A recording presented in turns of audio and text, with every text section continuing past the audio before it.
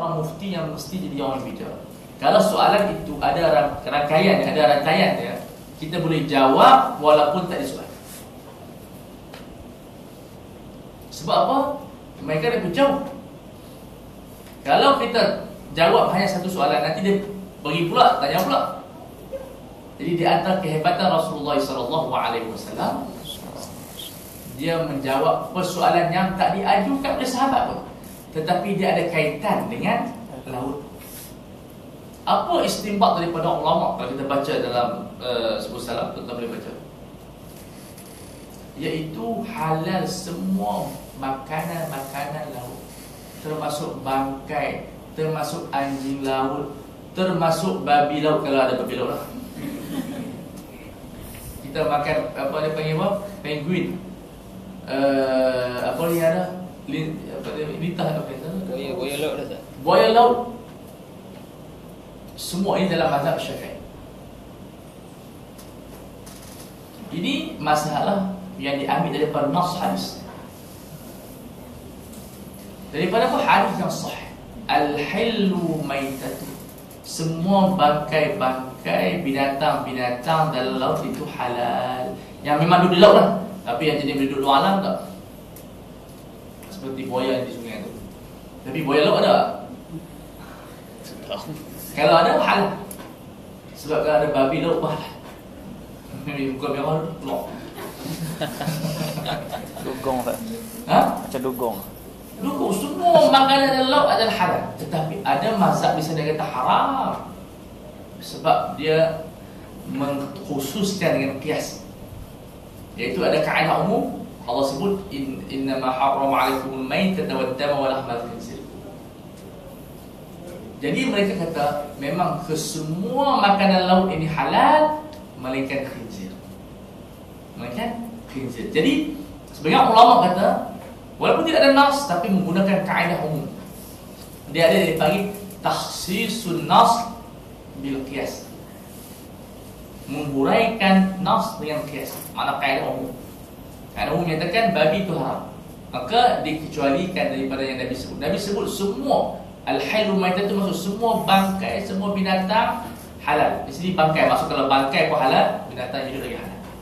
Itu dia qiyas aulawi. Tapi macam mana ulama kata babi ni haram, babi laut, anjing laut haram? Sebab kita guna qiyas. Dia ada penghuraian daripada kaedah. Sebab itu sebut tadi satu hadis tapi pandangan yang berbeza. Imam Syafi'i kata anjing laut halal, mazhab lain kata haram. Ini menunjukkan kehebatan ulama dan kesemuanya ada dalil. Imam Syafi'i jawab, babi yang dijawab pula, babi yang dimaksud itu babi darat, bukan babi laut. Bila Allah menerangkan kepada sahabat Nabi yang diharapkan babi darat, bukan babi laut. Jadi ini menunjukkan masing-masing ada di sana metodologi pemikiran yang dipanggil urfi. Bahasa urfi, bahasa Quran diturunkan kepada bahasa Arab. Bila turunkan bahasa Arab, orang Arab faham babi ini babi darat, dia tak faham babi laut. Jadi bahasa Arab diturunkan dalam kepada bahasa Quraisy, maka apa yang dianggap halal oleh orang Quraisy bukan halal. Maka daripada satu hadis ini banyak hukum yang kita dapat. Ini yang untuk meyakinkan kepada tuan-tuan dan puan, tak ada ulama yang pun terkeluar daripada sunnah nabawiyah. Seperti kata Al-Imam Ibn Taymiyah rahimahullah dalam kitabnya Raf'ul Malam 'anil A'immatil A'lam. Sebab semua pada sunnah dan hadis ini dikeluarkan oleh Al-Arba'ah, itu Abu Daud, Tirmizi, Ibnu Majah, Ibn Abi Syaibah dalam kitabnya Musannaf. Ibn Syaibah ada kitab Musannaf, mengikut cetakan ada yang 12 jilid, ada 24 jilid. Tahqiq yang paling terbaik Muhammad Awam, dia guru kepada Imam Bukhari. Masya Allah, ulama yang cukup hebat, orang yang baik. Dan meriwayatkan hadis ini, bahawa hadis ini ada yang sahih ataupun paling kuat, ada yang diterima makbul, menyatakan semua bangkai adalah halal, melainkan sepakat ulama yang mana beracun. Itu dia beri kaedah ma min ta'amin illa qad khussa minhu al-ba'd. Ini kaedah. Semua benda umum mesti ada khusus. Jadi semua bangkai halal babi kan, melainkan yang memudaratkan. Sebab ada kaedah yang kuat, iaitu fala tulqu bi'aydikum ila tahluka la dharara wa la dhirar. Tidak ada kemudaratan, tidak boleh memakan benda yang memudaratkan diri sendiri, tidak boleh memudaratkan diri orang lain. Ini yang menunjukkan kepada kita macam mana ulama berfikir daripada satu hadis. Maka kalau kita tidak belajar fiqh, macam mana kita nak faham hadis? Orang kata kita ni Quran Sunnah, macam mana kita nak faham Quran Sunnah? Sedangkan dia tidak ada adawat, tidak ada alat usul fiqh. Contoh kita ambil dalam kaedah usul fiqh yang dipanggil ma'u al-dhamir mufrad disandarkan kepada dhamir berbentuk umum, yufid umum. Kalau tak baca usul fiqh, dia tidak tahu. Semua air laut adalah toksik. Al-hailu maitatu, maksudnya semua apa dia bangkai laut adalah halal dimakan. Jadi menunjukkan pentingnya kaedah memahami hadis. Tak boleh kita ambil hadis kita tatbikkan begitu saja. Sebab ada kaedah di sana dikhususkan dengan benda-benda yang memudaratkan.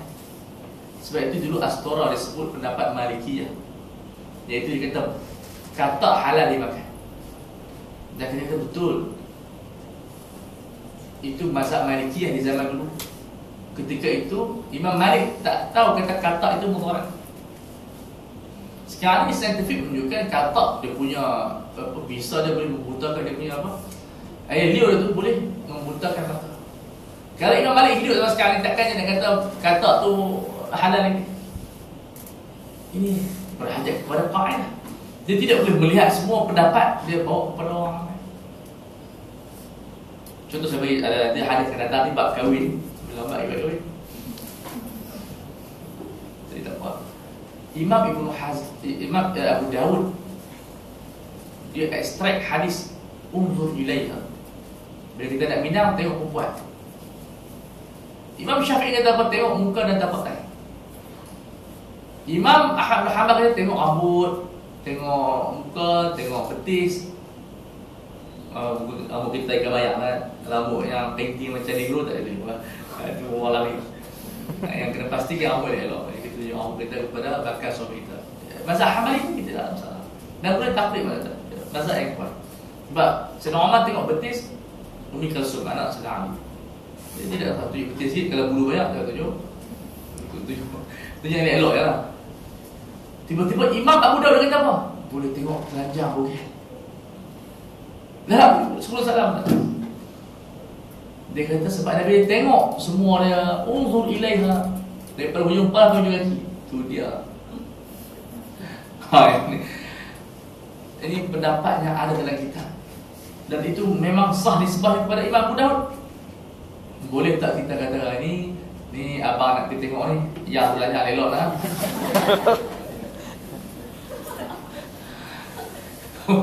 Abang ni gila tak? Dalam kitab dia tak. Kalau tak ni buka nanti jilid ketiga atau jilid kedua, bab nikah, dia sebutnya. Jadi adakah kita boleh tengok pendapat kita berpeluang tanpa ada kaedah?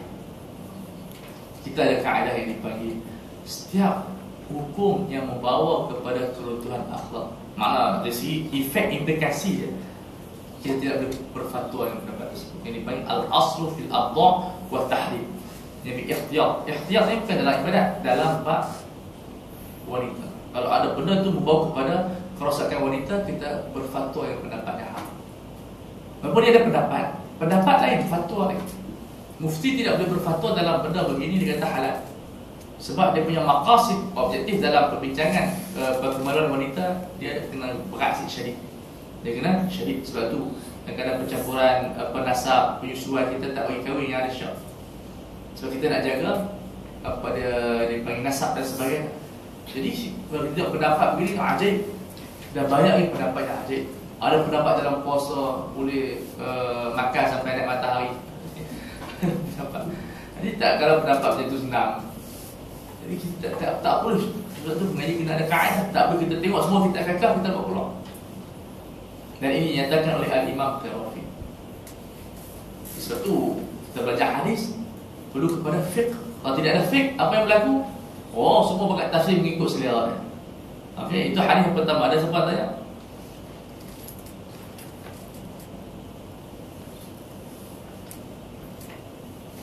Yalah. Ustaz, Ya. Kaitan dengan binatang laut tadi semua boleh dimakan. Adakah termasuk penyu juga? Penyu dia boleh hidup dua alam. Penyu dia boleh lah. Telur tak apa. Sebab berdasarkan hadis Nabi kata apa? Ulama istifat. Siapa yang pergi semain Jumaat awal hujung waktu, dia kefakaan nama qarraba baydhan. Siapa yang pergi semain Jumaat lewat waktu sebelum azan, seolah dia menerima sebiji telur atau gambar. Jadi ulama kata kalau macam tu semua telur adalah halal, termasuk telur cicak. Jadi kita orang kita main, kita kutip telur cicak je. Semua ulama istifat. Daripada hari pas semain Jumaat, subhanallah, ada ulama dia pemikiran. Sebab kalau tak Nabi tak sebut dah telur. Kalau benda tu bukan halal, Nabi tidak akan menyuruh pahala dalam bentuk konteks yang haram. Ya ajaib. Subhanallah. Dia telur penyu boleh, penyu tak boleh. Melainkan yang mudaratkan. Tapi telur buaya pun orang beli. Telur buaya, telur cicak, telur ular. Tapi tak tahu siapa yang nampak miskin. Kita tak kadang-kadang dia main torat ni yang dipanggil apa dalam syair sebut. Idza lam yakun markaban illa al-asinnatu fama hailatul muttar illa rukubuha. Kalau kenderaan tidak ada melainkan unta tua, kita naik juga lah luar. Kalau kita miskin kan ada telur cicak pun makan juga, dia sedap. Jadi kadang-kadang dorat ini dia berbeza keadaan kita. Dulu kita tak makan nasi ikan masin, tapi main taklah makan dalam sapu juga, jadi sedap. Jadi setiap orang ni dia ada keadaannya. Jadi mungkin ada orang makan telur. Kita banyak benda yang kita tidak melihat dunia kemiskinan yang memakan benda-benda yang kita tidak makan. Jelas kan? Okey. Muslimat ada Ustaz, nak tanya pasal usul tadi tu. Ya. Usul fiqh punya kaedah. Adakah mazhab-mazhab fiqh ni ada usul-usul sendiri? Contoh Syafi'i ada usul dia begini, Hanafi ada usul begini, dan siapa yang buat usul tu? Baik, usul fiqh ini dia merupakan benda yang secara tabiatnya wujud berdasarkan kaedah bahasa Arab. Kemudian dibukukan sebagai usul fiqh, sebab usul fiqh terbina daripada bahasa Arab yang banyak. Dan setiap imam ada dia punya usul dia sendiri. Tetapi usul sendiri dalam cara melaksanakan usul bukan dari sudut sumber. Sumber semua sama, semua beriman Quran, beriman dengan sunnah, beriman ijma', qiyas. Cuma cara penyusunan tersebut. Dalam Al-Quran dia ada qiraah syadzah. Maka ulama khilaf. Kalau syadzah maksudnya qiraah yang bukan mutawatir. Qiraah yang tidak sampai kepada mutawatir, iaitu qiraah selain daripada 7 qiraat. Kita ada banyak sampai 70 qiraat. 7 dipanggil qiraat mutawatir. Qiraat Mu'am, Yaqub, Amir, Ibn Kathir. Siapa baca pada Syukurah dia tahu lah. Kemudian 3 lagi dipanggil qiraat masyhurah, seperti qiraat Warash dan sebagainya. Baki itu selain daripada 10 tu, 60 lagi tu dia panggil qiraat syadzah. Seperti Mushaf Ibn Mas'ud, Mushaf Ali dan sebagainya. Kalaulah kita jumpa qiraat sedemikian, dia disebut sebagai Al-Quran. Adakah ulama menerima? Dalam mazhab Syafi'i ada 2 pendapat. Satu kata Imam Syafi'i terima qiraat syadzah sebagai sumber rujukan, satu kata tak terima. Mazhab Hanafi terima sebab dia kata sama dengan hadis. Jadi cara ada, tapi sunnah semua orang terima. Tapi dalam dipanggil apa? Maslik, masing-masing ada cara berinteraksi. Kadang-kadang mereka mengutamakan umum Quran kat atas sunnah. Ada kata sunnah tak boleh nak buat tambahan, macam Abu Hanifah dia ada kaedah tidak boleh ayat Al-Quran yang sabit kemudian dibatalkan dengan sunnah yang sahih, kerana sunnah tidak boleh menambahkan hukum Al-Quran. Sebab itu bagi mereka Fatihah tidak wajib, sebab Al-Quran menyebutkan faqra'u ma tayassara minal Quran. Bila hadis yang sahih diriwayatkan oleh Ubadah bin Samit, iaitu la salata liman lam yaqra kitab, dia kata tak boleh ini membatalkan hukum Al-Quran, maka dia kata itu tidak wajib. Dia tidak menjadi fardu, dia hanya menjadi satu perbuatan dalam sembahyang yang diistilahkan sebagai wajib. Sebab Abu Hanifah jadi istilah dan fardu dengan wajib. Fardu tinggal batas sembahyang, wajib tinggal berdosa tapi tak batas sembahyang. Sebab dia kata kalau kita kata wajib, Quran membolehkan baca ayat yang lain. Jadi sunnah tidak boleh membatalkan hukum Al-Quran. Tapi Syafi'i jawab, penerangan daripada sunnah tidak membatalkan, bahkan dia menerangkan hakikat makna ayat. Faqra'u ma tayassara, ma itu makna Al-Fatihah. Jadi metodologi dia. Ada sunnah yang panggil mursal. Mursal maksudnya dalam kalau kita baca matan Baiquniyah, wa mursalun minhu sahabi saqat. Matan dia sebut itu. Hadis mursal ini tidak ada sahabat. Contoh hadis Sa'id Musayyib, ada orang macam Musayyab tapi yang sahih Musayyib. Pada Musayyab ni makna tidak Allah elok. Jadi Sa'id Musayyib dia meriwayatkan banyak hadis kepada Rasulullah tanpa menyebut Abu Hurairah, dia menantu Abu Hurairah. Sebagian ulama tak terima hadis mursal sebab hadis mursal ini tidak ittisal sanad, tidak sanad sebab hadis sahih mesti mattasal isnaduhu yarwi an mithli dhabitan, kemudian dia hafiz, kemudian dia mutqin, kemudian min ghairi ilatin wala syudud. Syaratnya mesti ittisal sanad. Tiba-tiba hadis tidak ada sahabat, kemudian turun kepada Rasulullah. Malikiyah, Hanafiyah dan sebagian Syafi'iyah berhujah dengan mursal. Syafi'i tidak berhujah, melainkan mursal marasil Sa'id Musayyib. Jadi hadis orang terima cuma cara pendekatan itu yang berbeza. Ayat ini kita katakan beza usul bukan kepada sumber tapi cara berinteraksi dengan sumber. Dan ini berhajat kepada pengajian. InsyaAllah kita pun nak buat pengajian Yusufi, tapi itu kita buat untuk usul. Saya terkepak kalau Yusufi semua akan tengok. Hari ni semua baik tengok. Sebab bila kita baca akademik, dia cepat boring, dia boleh 40 minit lah. Yang akademik 40 minit, kita rehat sama lagi. Tapi yang ni kita telajar lah. Tapi tak apa, hari tak mau. Okey, hadis yang kedua kita baca lah. Hari ni tak apa boleh? Boleh. Kalau tidur no? Kita bagi tidur kan? Wan Abi Sa'id Al-Khudri radhiyallahu ta'ala anhu qala Rasulullah sallallahu alaihi wasallam innal ma'a tahurun. Sesungguhnya air ini bersih, membersihkan. Cuba kita tengok fikrah Nabi. Air ini bersih dan membersihkan, dan dia membawa kepada keindahan alam. Kalau kita sebagai pendakwah begitu juga, kita mesti bersih dan membersihkan orang. Sebab itu pendakwah yang tidak berjaya menjadi kita tak berjaya. Sebab kita tak bersih, tidak tahu. Pendakwah yang tidak dekat dengan Tuhan, dia tidak mampu membawa orang kepada Allah Subhanahu Wa Taala. Di fikrah yang Nabi bina bukan sekadar ayat manusia bersih, mutahhir, kemudian bertindak kepada environment. Ini membina fake environment, iaitu penjagaan air wajib dijaga. Tak boleh kita minum air yang kotor, tak boleh kita mencemarkan air. Bagaimana jenayah yang berlaku di sungai-sungai, orang buang tilam dalam sungai, orang buang sampah dalam, itu jenayah. Jenayah terhadap alam. Wala tufsidu fil ardi ba'da islahiha. Mereka dulu Kuala Lumpur yang banjir baru 2-3 bulan ni. Cek sungai itu semua ada, tilam ada, katil ada. Semua ada dalam sungai tersebut. Saja. Sebetulnya kita menjaga, kewajipan kita menjaga alam. Ini dipanggil fake environment, dan dibahas oleh ulama-ulama. Syekh Fadl di kitab setelah 250 surat, tajuk dia Al-Islam Al-Bi'ah fi Syariat Islamiyah, iaitu environment mengikut pandangan Islam. Syariat Jum'ah buat Al-Bi'ah fi Islam. Banyak ulama tulis tentang kewajipan kita menjaga bi'ah. Ada Islam mengharapkan kita kencing dalam mangkuk, dalam bekas kita di wudu. Islam mengharapkan kita kencing di bawah pokok, di tempat orang duduk, bus stop, duduk kencing di situ. Orang Arab pun kencing dalam keadaan yang tempat-tempat orang di pokok-pokok ataupun kawasan awam. Kita melihat Islam mencegah semua. Haram ataupun makruh kencing dalam lubang. Ular pun dah duduk juga, kita kencing tempat tu dia pun panas. Islam ni subhanallah jamil. Islam ni jamil. Dia menjaga environment. Sebab itu asap ke apa ke semua dia menjaga. Semua adalah fik Islami.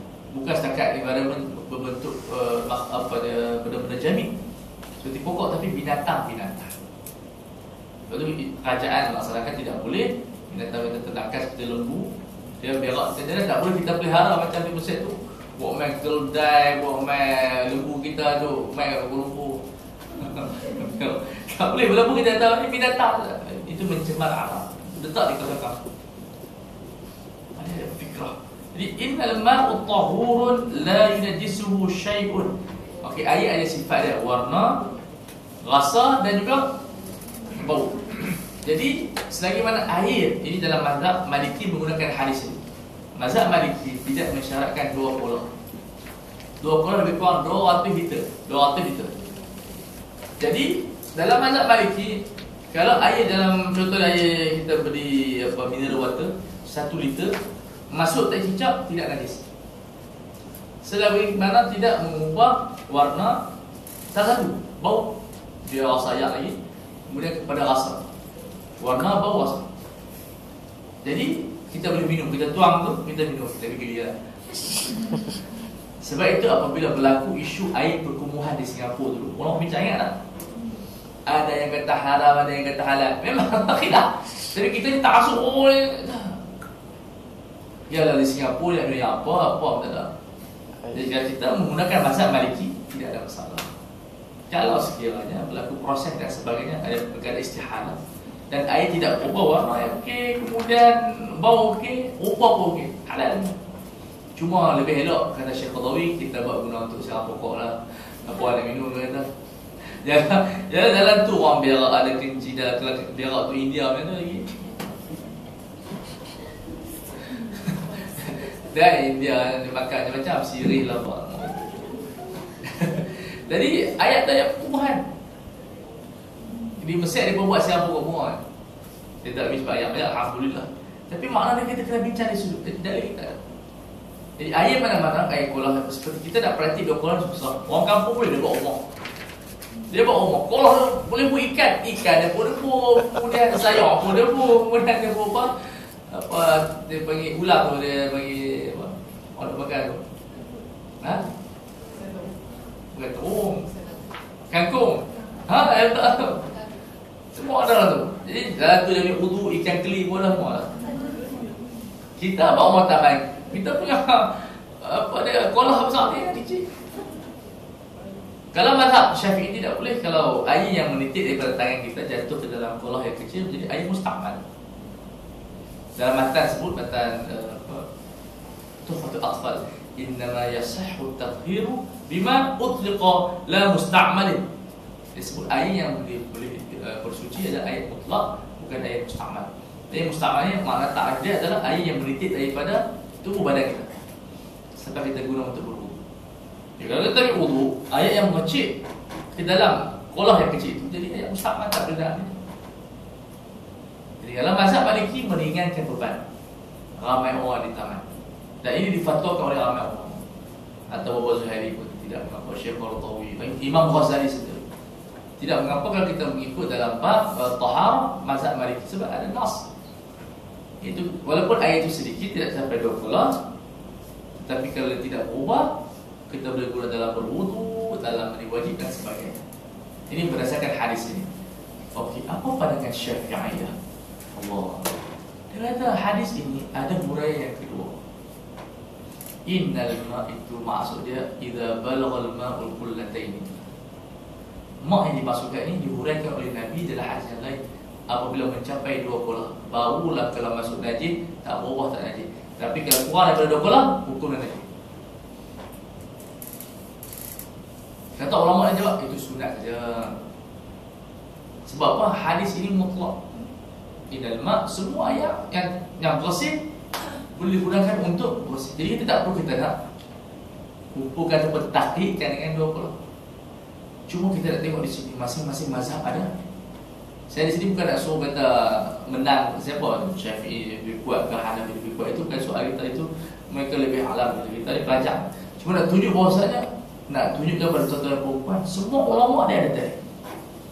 Dan kita mesti melatih otak macam ni. Otak yang mana kita mengumpulkan pendapat dan membetulkan semua pendapat, tak menyalahkan di antara satu sama lain, melainkan yang sedikit. Seperti pendapat Ibn Abu Dawud dan Imam Abu Dawud itu, kita tak fatwa yang tunggal macam itu. Jadi kita tengok di sini macam mana ulama daripada Syafi'iyah dia huraikan dalam hadis muka surat 37, idza balaghal ma'u qullatayn lam yahmil khabtha ataupun khubutha, boleh baca dulu al-khabtha ataupun khubutha. Ini disalah, bukan khabtha, al-khabtha ataupun al-khubutha. Jadi al-khabth bil fath bisukun. Idza balagha al-ma'u qullatayn lam yahmil al-khubtha al-khabtha. Baik, dia baca dua macam al-kidbu al-kadhibu. Dia Jodoh itu. Tengok di sini Imam Syafi'i dia menyatakan hadis yang tadi innal ma'a maknanya al-ma' balaghal qullatayn. Jadi hadis ini dia menghuraikan hadis yang pertama tadi. Ini panggil taqyid mutlak. Maksudnya hadis itu tak ada penghuraian. Bagi Imam Syafi'i, hadis yang kedua ini menerangkan maksud Nabi tadi. Tapi bagi Imam Malik dia kata cukup hadis tadi yang menyatakan cukup ayat yang bersih walaupun tak ada dua qala boleh digunakan di dalam wuduk dan mandi wajib walaupun ayat itu ayat mustahab. Dan hadis ini berbentuk sunat. Dan ulama Syafi'iyah mutaakhirin berfatwa dengan beramal dengan mazhab Maliki sebab susah. Kadang-kadang kita cuma orang tadi pek tak ada. Jadi kita ambil daripada Quran itu sendiri. Dan ramai ulama mengamalkan termasuk Syekhul Qardawi dan ulama-ulama yang lain. Alhamdulillah, kerana bila ada pendapat yang betul, dulu dia betul kita boleh beramal salah satu. Dia ada kaedah dalam usul fiqh dia panggil jawazul amal bi ra'yaini. Ini dinyatakan oleh Syekh Zaki Ibrahim rahimahullah seorang sufi di Mesir, iaitu boleh beramal dengan salah satu pendapat yang dikemukakan oleh orang. Jadi kaedah ni kalau golongan salafi dia tak terima, kaedah satu kan. Dan kita ada cara ni. Dari dalam kaedah usul kita benarkan kalau ada dua pendapat macam ni beramal dengan salah satu pendapat. Kerana dua pendapat ini sandaran daripada sunnah nabawiyah. Jadi kalau kita dalam sekolah besar tak apa kita kurang, tapi dalam taman kita pergi rumah kita tidak ada kemudahan seperti tersebut, kita kurang saja, tidak ada masalah. Kerana kaedah membolehkan beramal dengan dua pendapat ataupun tiga pendapat yang berlainan selama mana dalam keadaan pendapat tersebut ada dalil yang kuat seperti mazhab 4. Mazhab 4 ni amal amalan mazhab, insya-Allah semuanya boleh, tidak ada masalah. Yang tak boleh itu kalau kita terus pada sunnah Quran. Ada orang tanya Syekh Jumaah. Kalau sunnah ni bercanggah dengan pendapat Syekh Jumaah, Nabi mana? Dia tanya berdebat aku. Sebab bukan kata sunnah tu. Apa tak faham sunnah? Aku faham. Yang satu kata kalau bercanggah sunnah yang pendapat ulama, ambil pendapat ulama. Melainkan kita tu faham sunnah. Bukan makna sunnah tu kita tinggal tak. Ulama ini dia faham maksud Nabi itu. Tapi kita tak faham maksud hadis. Melainkan kita ni ahli tarjih. Kita ni ahlul fiqh. Tapi kita ni orang awam, tak tahu apa. Nahu pun tak tahu, bahasa Arab pun tak tahu, duk giga-giga tu. Mula kita baca sunnah, ini bercampur dengan Imam Syafi'i ni. Ini masalah kita sekarang yang berlaku dalam pelajar-pelajar kita. Saya tanya contoh, kita ada buku dalam internet ataupun di buku. Dia kata ubat semikian. Kalau doktor kata doktor kata bukan macam ni, buat macam ni, kita ambil pendapat buku ke pendapat doktor? Sekarang kita yang doa amal sekarang ni, kita tunjuk buku kan? Kita bila doktor bagi pendapat kita yakin, betul tak betul? Sebab ulama, tapi syarat dia mesti ulama, bukan dia awam, yang dia maksudkan ulama faqih. Tapi dia pun duk giga-giga dia mesti yang dia maksud oleh saya ni, dia mesti faqih. Dia mesti ahlul ifta'. Yang ni kena cari dengan yang kita sebut dulu, syarat-syarat yang kita sebut dulu. Mesti bahasa Arab, mesti ada usul fiqh, mesti diiktiraf oleh ulama. Baru kita guna pendapat yang ni dia pengetahuan, dua-dua tak boleh. Ulama buat macam ni bukan pasal sunnah tu tak betul dah. Kadang-kadang mungkin sunnah itu kita dibatalkan hukumnya. Mungkin tidak kuat sanad mungkin ada maksudnya yang lain. Ulama ni dia baca sunnah tu lama, dia kaji dia sunnah. Contoh dia kata, ada hadis yang diriwayatkan mengenai tentang penyusuan anak lebih daripada 2 tahun. Saya bincang tadi kot. Tua-tua macam kami ni, jadi nak susu. Ini diceritakan dalam Sahih Bukhari dan Muslim. Hadis yang menceritakan tentang Maula Hudzaifah, iaitu dia ini rapat sangat dengan mak akak dia. Dia tua. Kemudian dia nak buat macam mana dah. Ketika itu dah turun hukum tak boleh nak apa? Nak duduk bersama yang mahram. Kemudian rambut dia tengok, apa kata Rasulullah? Ardi'ihi, susukan dia. Dia tua lah. Misal kami tua-tua je kami. So, pakcik, kita ni rapat lama dah. Main saya menyusul je lah. Kalau budak-budak 5 kali hisap sehari, tak apa. Kalau orang tua-tua, boleh nak kenyang. Tak kenyang ni. Tak kenyang ni. 10 kali hisap pun nak kenyang. Ha, jenuh. Jaga betul buka. Ada yang sahih. Kita pun baca, oh, apa yang boleh yang menyusul orang tua-tua ni. Muskilah. Kita pun hari menyusul. Dia masalahnya ni ada ulama fatwa dia, tapi dia bukan fakir. Dia cerita ada orang tanya dia di pejabat kalau kau rapat. Kita ni kan jawab yang rapat lagi bukan rapat. Jadi macam mana? Bukan ada banyak cinta pun tapi rapat. Tapi nak duduk kadang-kadang terpaksa duduk orang. Contoh nak pergi pejabat kalau duduk orang itu. Tak ada orang tu orang. Dia kata apa? Susukan dia. Susu macam mana? Susu direct tak apa dia kata. Kata Syekh Qadhawi, dia tahu-tahu dia tu berapa kali nak kenyang tu. Cerita daripada sunnah tadi, Nabi hanya khususkan kepada Maula Huzaifah. Hadis itu tak diumumkan kepada semua. Dihuraikan oleh para sahabat di sisi Nabi. Mereka berpendapat itu hanya kepada Maula Huzaifah. Untuk hadis ini dikhaskan di zaman Nabi, bukan untuk orang lain. Hadis sahih. Ini dipanggil hadis yang betul khususnya. Kita pun tengok Sahih Bukhari, kita pun aman. Muskilah. Jadi kita melihat di sini betapa pentingnya belajar hadis dengan fiqh. Sebab itu kata Abu Sufyan As-Sawri, kalau saya ini qadhi, saya akan memukul muhaddis yang tidak belajar fiqh, dan saya akan memukul faqih yang tidak belajar hadis. Keterikatan fiqh dengan hadis seperti mana buku dan juga isi. Jadi setakat ini berani kita, Allah Alam, nanti insyaAllah kita sambung pada masa akan datang. Jadi apa yang berani boleh dapat buku ini di luar dan buku Ta'wil Hadis. InsyaAllah kita akan sambung pada mungkin bulan depan untuk kita ambil 2-3 contoh seperti hadis Nabi berdoa, Allah maja'al miskinan wa miskinan. Apa makna miskin? Sedangkan Islam memerangi kemiskinan. Tetapi kenapa Nabi berdoa untuk mati dalam keadaan miskin? Apa maksud miskin tersebut? Kita tanggung berbalang, kita tahu insyaAllah. Tapi ada soalan apa? Yang nak balik-balik, musibat tak tanya apa? Musibat ni betul, ikut dah. Tak tahu, kita nak musibat yang dipanggil dia ada daya saing, daya kritik. Mana ada yang tak puas hati ke apa. Jangan jadi orang yang ikut saja. Jadilah pendengar yang menilai, bukan yang mengikut saja. Nak tanya berkaitan dengan ambil wuduk dengan spray ni. Okay. Ada pendapat katakan bila dalam keadaan terdesak ke, macam dalam kapal terbang ke apa ke kan. Tapi dalam bila saya baca semua, ada yang kata sampai dekat sekolah tu pun bila murid-murid ramai sangat sekali nak solat tu, diorang dah mula, guru dah bagi botol spray untuk diorang mudahkan ambil wuduk semua. Macam mana keadaan? Spray tak apa kalau dia mengalir. Yang penting tarif wuduk mengalirkan air. Maksud dia dalam masalah mengalir ni, dia ada pendapat daripada ulama. Salah satu yang mudah cukup mengalirkan. Ada yang kata seperti Hanafi, dia kata mesti mengalir ni ayat jatuh di tangan. Jadi pendapat ulama Syafi'i tidak masalah. Yang penting kita spray ayat tu mengalir. Yang penting ayat tu tidak campur, ayat tu bersih, dan tak kita spray. Jadi dia banyak.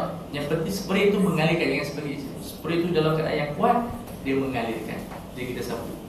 Tapi kalau dalam mazhab Hanafi tidak sah, melainkan kalau kita spray ayat tu menitik. Nabi Syafi'i sah, alhamdulillah, dia tidak ada masalah. Tapi kalau macam spray itu dia macam hanya gosok saja, ayat tidak nampak ayat di sana, macam kecil-kecil tidak sah. Jadi cara dia begitu, dia mesti ada air itu mengalir. Sama seperti kita tuang tu. Jika kita letak air, kita mengalir, kita boleh sapu sampai kering. Walaupun ada air dekat situ, kalau nak pakai botol spray jadi ikut. Dia cuma kurang apa.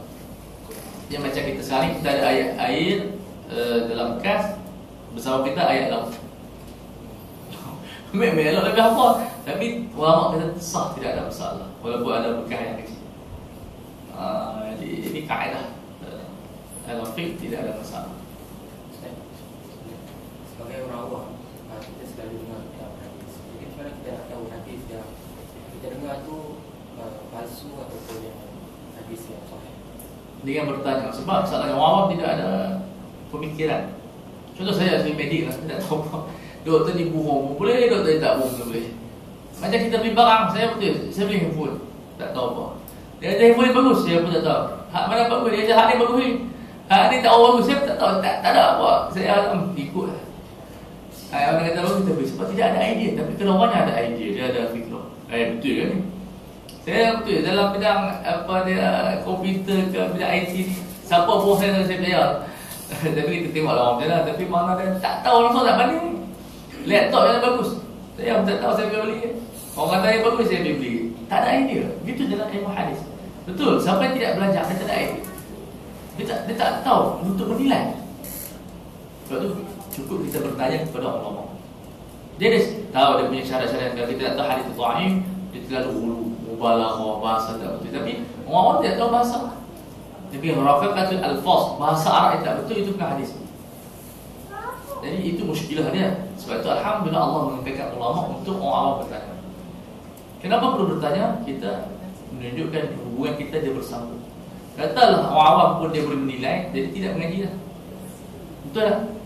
Jadi apa faedah orang awam tidak dapat menilai? Dia dapat belajar dengan buku. Jadi kalau dia melainkan ataupun dia cari buku-buku yang sahih. Dia ada hadis buku hadis maudhu' seperti Ibn Jauzi, Imam Syaukani, dia ada hadis maudhu'at. Ataupun kitab Kashful Khafa, Imam Allah dia menerangkan tentang hadis-hadis yang disangka hadis tapi bukan hadis. Nama kita tu Kashful Khafa. Tapi saya tak tahu kalau ada terjemahan ke, wallahu a'lam. Mungkin Indonesia ada terjemah, Indonesia semua terjemah, cuma kena perhatikan terjemahan kadang-kadang tak betul. Saya baru ni saya perbetulkan syair dalam kitab fiqh jihad orang Indonesia. Dia terjemah rumah yang di mana tempat kita duduk dalam rumah tu, kita kena ikut cara tuan rumah tu. Dia terjemah bukan rumah, dia terjemah dirham. Rumah tu dia terjemah kepada duit. Jauh dengan makna, tapi Indonesia tak apa nak cermat. Mereka cepat buat. Sebab tu terjemahan ni satu seni yang susah. Sebab apa? Kita nak menterjemahkan maksud penulis bukan maksud kita. Jadi kita kena cermat. Tapi dah tak ada meling pakai bila Indonesia pun. Orang Malaysia pun cermat-cermat yang tak keluar apa. Kita ni tikai. Tapi insyaAllah nanti bulan 7 ataupun bulan 6 fiqh jihad keluaran PTS yang keluar. Saya bersama dengan 10 rakan yang kita buat 4 bulan nanti 1,000 lebih kurang 1,300 surat. Dia belilah. Apa penting nak buat? Buku dalam bahasa Arab dah lah. Cuma dia punya faedah dah cukup banyak dalam fiqh jihad. Dan saya sedang menyiapkan ringkasan fiqh jihad 200 surat. Yang ini ringkasan daripada 1,300 surat. Beli dua-dua. Beli satu. Sebab tahu insyaAllah sebab apa dia menerangkan tentang konsep jihad yang sebenar. Kalau ada masa insyaAllah boleh buat diskusi. Muslimat tak soalan apa? Ada student sini, student? Tak ada, semua bekerja. Kalau tak ada apa, wallahualam. Terima kasih semua. Kita jumpa insyaAllah pada waktu yang akan diletakkan oleh pihak majlis. Wassallallahu ala sayyidina Muhammad wa ala alihi wa sallam. Rabbana atina fid dunya hasanah wa fil akhirati hasanah wa qina adzabannar. Sallallahu ala sayyidina Muhammad wa ala alihi wa sallam. Alhamdulillah rabbil alamin.